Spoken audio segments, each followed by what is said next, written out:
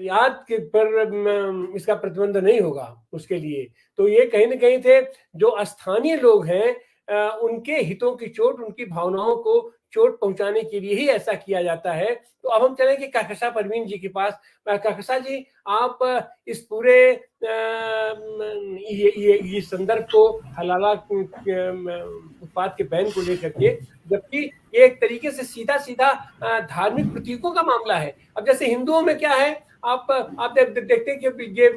ये व्यापारी लोग अपनी चीजों का प्रचार प्रसार करने के लिए हीरो हीरोइन की फोटो लगा देते हैं, नेताओं की फोटो लगा देते हैं और भगवान की फोटो लगा देते हैं। भगवान की फोटो तो लगा देते हैं कि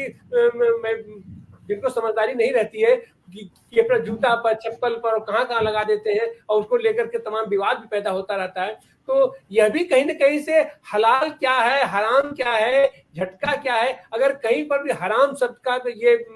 अगर लोगो लगा दिया जाए तो हम तो समझते हैं कि कोई भी आदमी उसको खाना पसंद नहीं करेगा। अब जैसे ये जो रेवड़ी पार्टी जा रही है, वो भी तो एक तरीके से हराम का ही कहा जाएगा, लेकिन रेवड़ी और मुफ्त का और अगर उसको हराम का अगर उसको जोड़ दिया जाए तो शायद ये गरीब लोग भी इनका अनाज उनके मुंह पे फेंक देंगे। तो आप जी जी, बहुत बहुत शुक्रिया आनंद जी, और सभी दर्शकों और पैनलिस्ट को मेरा आदाब, और खास करके राम पुनियानी जी को, मैं उनकी बहुत बड़ी फैन हूँ। और बहुत सारे जब कंफ्यूजन मेरे मन में कम्युनलिज्म को लेकर आता है तो मैं राम पुनियानी जी का यूट्यूब देखती हूँ, और राम पुनियानी जी के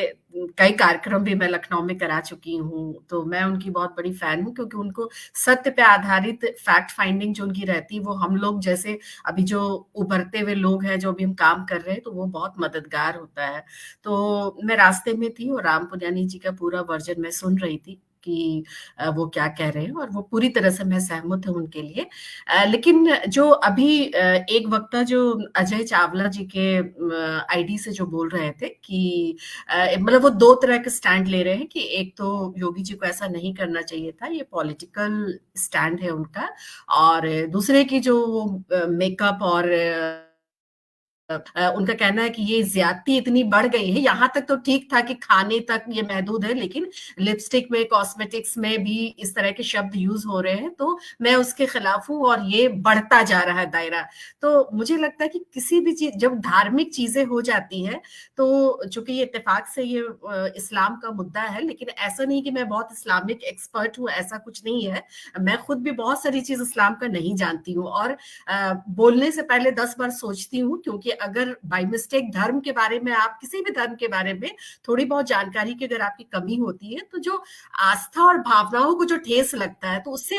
बहुत मुश्किल होता है कि आपकी कोई डिबेट कंट्रोवर्शियल ना बन जाए। लेकिन जहां तक मैं जानती हूँ इस्लाम को और इसको, तो वो जो कॉस्मेटिक्स की ब्रांडिंग्स और इसकी बात कर रहे हैं, तो वो उसके पीछे बहुत सारे लॉजिक है जो कुरान शरीफ में है। और क्योंकि नमाज जो है किसी कॉस्मेटिक्स पर जायज नहीं है, और वो कॉस्मेटिक्स इसलिए जायज नहीं है क्योंकि उसमें एनिमल का कोई भी अगर चर्बी कहा जाता है कि अगर इस्तेमाल होता है, तो वो आपके नमाज के लिए जायज नहीं होता है। तो इसलिए वो इस्लाम में बिल्कुल मना है कि नेल पॉलिश और कोई भी कॉस्मेटिक्स मटेरियल लगा करके आप नमाज नहीं पढ़ सकते। जाहिर सी बात है, चाहे हम जिस आस्था से भी हमारा ताल्लुक है, चाहे हम पूजा करते हैं, चाहे हम नमाज पढ़ते हैं, आस्था तो आस्था है। ये सही है या गलत है, ये एक अलग डिबेट है। लेकिन हमारा कॉन्स्टिट्यूशनल राइट जो है कि एक भारत जो हमारा सेकुलरिज्म देश है और हर मजहब को उन्होंने बराबर से जगह दिया है, तो ये हम जो प्रोग्रेसिव लोग हैं, जो हम सेकुलरिज्म बात करते हैं, तो ये एक अलग डिबेट है कि पर्दा अच्छा है या खराब है, मेकअप अच्छा है या खराब है, कॉस्मेटिक्स अच्छा है या खराब है, ये एक बात का मुद्दा है। लेकिन जब हम हलाला पे बात कर रहे हैं और जो धार्मिक लोग होते हैं, तो उसको नमाज में मना है कॉस्मेटिक्स यूज करना, और नमाज में इसलिए मना है क्योंकि उसमें जो कॉस्मेटिक्स में जो मानना है बाकी लोगों का कि उसमें जो मटेरियल यूज होता है वो नमाज के लिए हराम है। तो इसलिए उसको, चूंकि ब्रांडिंग है, चूंकि बिजनेस है, हर चीज का एक ग्लोबल इफेक्ट है, बिजनेस के लिए हम क्या से क्या कर रहे हैं। तो इसलिए जो कंपनी ये प्रोडक्ट तैयार करती है तो वो हलाल इसलिए लिखती है कि जो एक अभी जो जब से मिस, इसकी पूरी पॉलिटिक्स को अगर हम समझेंगे, मिस वर्ल्ड और फैशन कॉन्टेक्स्ट और ये सब, तो उसमें जो मार्केटनाइजेशन है और जो बिजनेसमैन है, जो इंडस्ट्रियलिस्ट है, उनको ऐसा लगता है कि एक बड़ा तबका जो विदेशी मुस्लिम कंट्री है या मुसलमान की जो औरतें हैं, वो कॉस्मेटिक्स उनके बीच में हमारा नहीं जा रहा है। तो एक उनके बीच में कॉस्मेटिक्स पहुंचाने का एक तरीका है कि हम उसमें हलाल और हराम लिख देते हैं। एक तो ये मसला जो मुझे जब उन्होंने कहा तो मुझे ऐसा लगा कि किसी भी धर्म के बारे में अगर बहुत जानकारी ना हो तो उसके आप ऊपर की टिप्पणी जो अच्छा बुरा लग रहा है वो एक अलग मुद्दा है, लेकिन धर्म से रिलेटेड टिप्पणी जब तक हमारी जानकारी ना हो तो हमें नहीं करना चाहिए। तो इसके पीछे का ये पूरा फैक्ट है कि वो हलाला प्रोडक्ट क्यों उसको बनाया जाता है। दूसरी बात, अब हम यूपी के पॉलिटिक्स पर आ जाते हैं कि यूपी के पॉलिटिक्स पे तो हम राम पुजानी से पूरी तरह से सहमत है कि ये एक पॉलिटिकल मुद्दा है। और जो भी हमारे जो दर्शक है और जो भी मतलब ये भी बहुत एक दूसरे वक्ता ने ये भी कहा कि ये मुद्दे, जितने भी मुद्दे हैं, वो इलेक्शन के टाइम में या कोई खास फोकस टाइम में ये मुद्दे क्यों आते हैं। तो ये हम, वो पॉलिटिशियन को तो काम ही है कि वो अपने वोट बैंक को, या पोलराइजेशन का एक तरीका है और वो पोलराइजेशन के लिए जो भी मुद्दा उठाए, लेकिन हमें समझदार होना चाहिए कि हमें क्या करना चाहिए और किस तरह से उस चीज को लेना चाहिए। तो ये तो एक साफ है कि यूपी गवर्नमेंट जो योगी जी का एक्सटेंट है, वो ऐसे भी जब मुख्यमंत्री नहीं भी थे तो वो एंटी मुस्लिम तो थे, क्योंकि उनकी जो वीडियो, अब बहुत सारी वीडियो उनकी यूट्यूब पर से डिलीट कर दी गई है। और गोरखपुर में जब उन्होंने एक भाषण दिया था उसमें मुसलमानों को गोली मारो टाइप से किया था। तो ये तो है कि मन में एक खास समुदाय के लिए हेट है उनके लिए, और वो हेट वो इस्तेमाल करते हैं इलेक्शन के टाइम में। और जब जब वो कमजोर होते हैं अपने राजनीति स्टेटस में, पॉलिटिकल मुद्दे में, जब जब वो अपने को कमजोर पाते हैं, या बीजेपी जब अपने को कमजोर करती है, तो ये मुद्दा ला करके लोगों को एक संदेश देती है और लोगों के दिमाग में ये बैठाती है कि यही सरकार अच्छी है या बुरी है। भाई उन्होंने जो किया, चाहे महंगाई बढ़ी या कोरोना के टाइम में जो उन्होंने एक स्टैंड लिया जिसकी वजह से तबाही मची, या नोटबंदी के वजह से जो तबाही मची, तो इन सब का जो पाप धोने का काम है वो इस तरह से करते हैं कि कभी वो मीट पर बैन कर देते हैं, कभी हलाला का मुद्दा है उनके पास, कभी हिजाब का मुद्दा है उनके पास, कभी लव जिहाद का मुद्दा है उनके पास, कभी लाइसेंस कैंसिलेशन की बात है। इन मुद्दों के सहारे ये दुनिया को संदेश देते हैं कि हम हिंदू लोग, अभी भी कहीं भी आप डिस्कशन में बैठिए तो लोग ये कहते हैं कि अच्छा या बुरा जो भी ये सरकार है, लेकिन मुसलमान को बताने वाला यही सरकार है। लोग ये भी कहते हैं, बीच बहुत सारे लोगों से अगर पूछेंगे कि आप सारे मुद्दे को छोड़ दीजिए, लेकिन अगर प्रेजेंट रूलिंग पार्टी के सामने कोरोना वाला इंसिडेंट आया, एनआरसी वाला मूवमेंट आया, नोटबंदी वाला मूवमेंट आया, आप कितने लाइन में लगे, हजारों लाखों लोगों को अपनी जान गंवानी पड़ी, तो क्या वजह है कि आप बीजेपी को इतना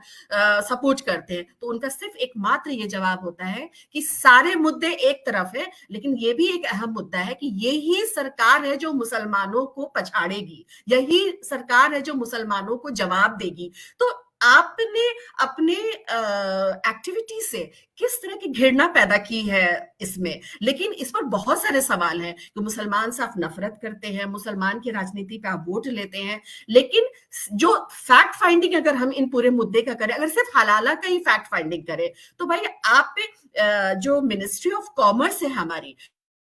तो वो परमिशन देती है कि बिना हलाला के मीट का बिजनेस नहीं होगा। इसके दो रीजन है। अगर ये यूपी में भी बैन करते हैं, अगर हलाला के जो मुद्दे को वो बैन करते हैं, तो जो कल को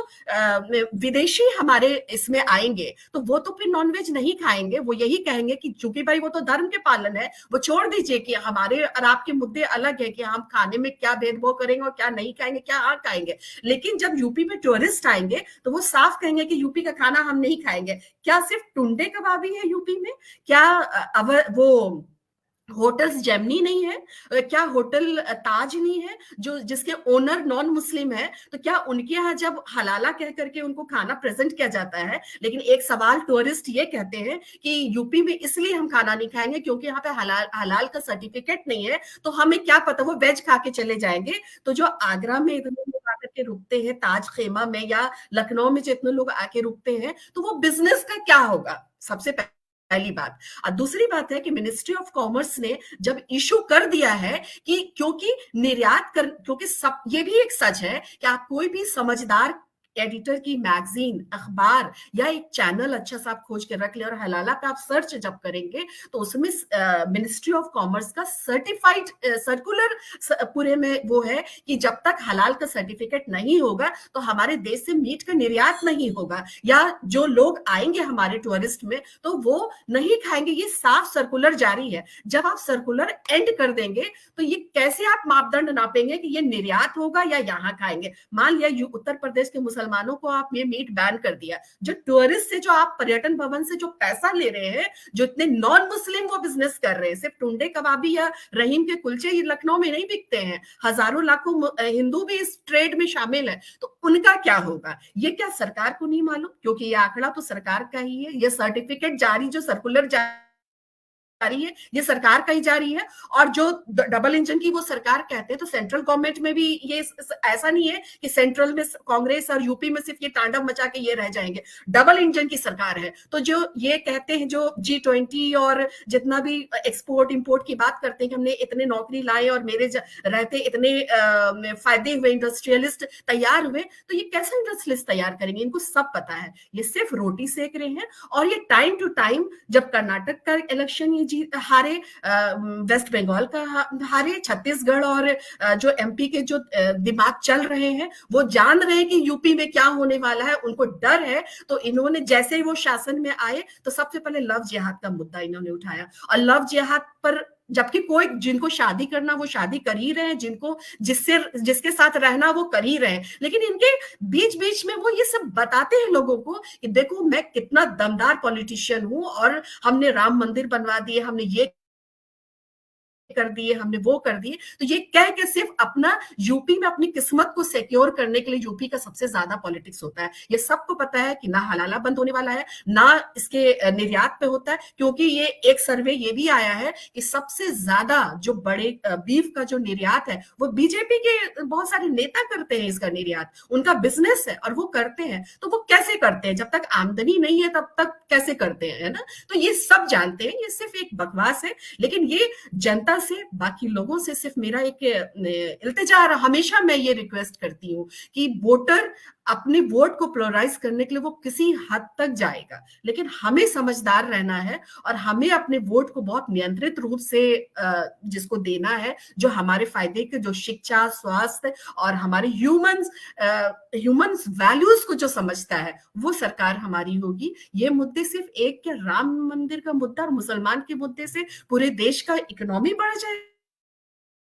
कभी नहीं। ये इकोनॉमी और बर्बाद हो रही है, इसलिए हमें बहुत समझदारी से चलना पड़ेगा और हमें आंख नाक कान खोल करके अपना काम करना होगा। और लास्ट पॉइंट, ये जो खाना तो खाना, इन्हीं का वर्जन है कि खाना तो खाना है, उसमें हलाला और नॉन हलाला क्या होता है। तो फिर ये हल्दीराम की जो इस पे मुद्दा उठाता है कि उस पे वेज ग्रीन कलर का सिग्नल लगाइए, तो वो किसके लिए लगा रहे हैं भाई? जो नॉन वेज खाते हैं उनके लिए कोई दिक्कत नहीं है, वो तो खाएंगे ही, वो हर तरह का केक भी खाएंगे, एग भी खाएंगे, और जितने भुजिया है, जितने बिस्किट है, सब खाएंगे। दिक्कत तो नॉन मुस्लिम के लिए है कि वो हरा वाला जो पार्ट, तो फिर हरा वाला जो एक लोगो वो साइन डालते हैं वेजिटेरियन वाला, वो भी हटा ले, विड्रॉ कर ले। तो ये सब बकवास है। आप इमोशनल फूल है, हम जनता इमोशनल फूल है,